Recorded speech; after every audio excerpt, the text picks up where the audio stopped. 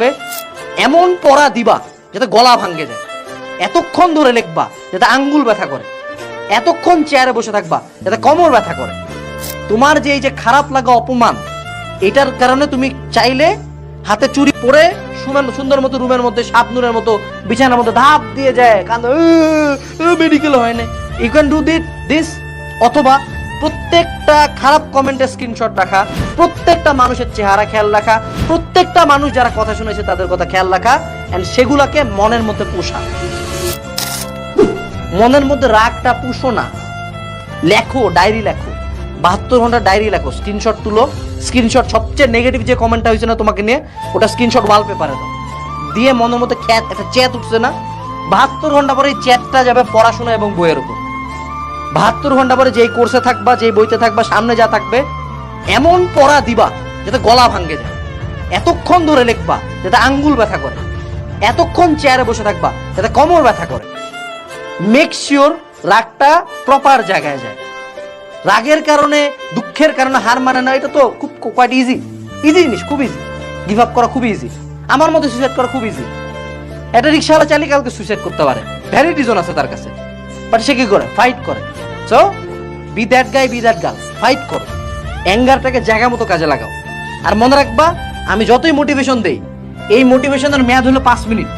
5 minute পরে আবার reality kicking করবে, খারাপ লাগবে, but that's the fun part, you do it anyway. লাইনটা কি? You do it anyway.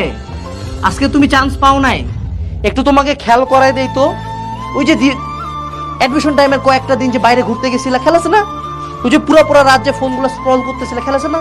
তোর বন্ধুরা পড়তেছিল, তুমি তো স্ক্রল করতেছিলা। ওই যে প্রেম করতেছিলা খুবই, ওই যে অনলাইনে একদম বিশাল বড় হিরো হয়ে গেছিলা, ওই যে একদিন পড়ার কথা ছিল, পড়ো নাই, ওই যে এক্সামটা দেওয়ার কথা ছিল, দিতে গেলা না, ওই যে কোচিং এর কথা বলে বাইরে ঘুরে বেড়াচ্ছিলা, দিনগুলো খেলাছে না?